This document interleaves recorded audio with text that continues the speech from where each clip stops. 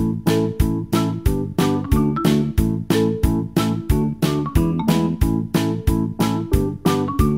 à tutti! Coucou à tous!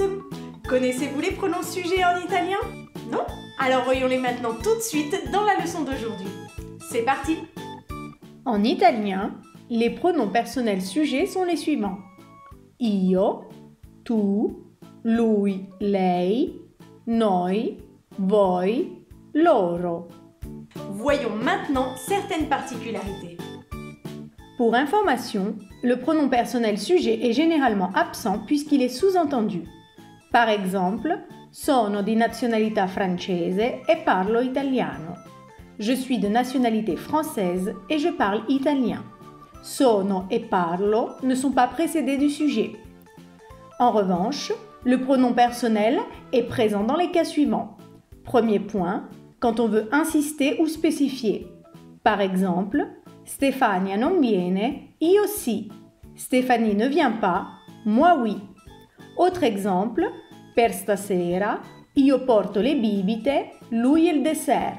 Pour ce soir, j'apporte les boissons, lui le dessert.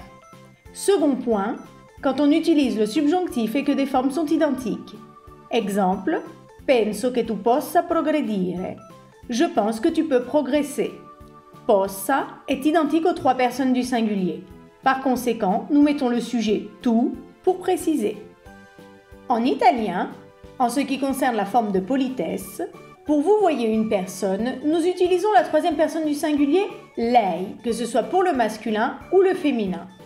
Cette forme prend généralement une majuscule pour la différencier du lei, elle. Même si, en Italie, actuellement, nous avons tendance à faire disparaître la majuscule dans la communication de tous les jours et dans la communication professionnelle. Au pluriel, la forme utilisée est la troisième personne du pluriel loro, même si ce pluriel n'est pas employé. Par exemple, Signor Mario, lei è già andato in vacanza in Italia? En français, Monsieur Mario, êtes-vous déjà allé en vacances en Italie? Ici, ce lei n'est pas elle, mais bien vous.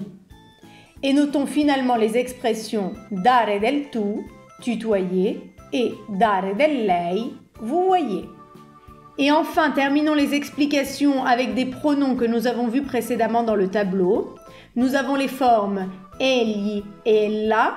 Ces formes sont moins utilisées et on les retrouve plus à l'écrit ou dans la littérature, mais tout de même de moins en moins. Ensuite, au singulier esso, essa, ce sont des formes associées à des objets ou animaux. Et enfin, le pluriel de ces formes, essi, esse, ces formes sont associées à des personnes, objets ou animaux.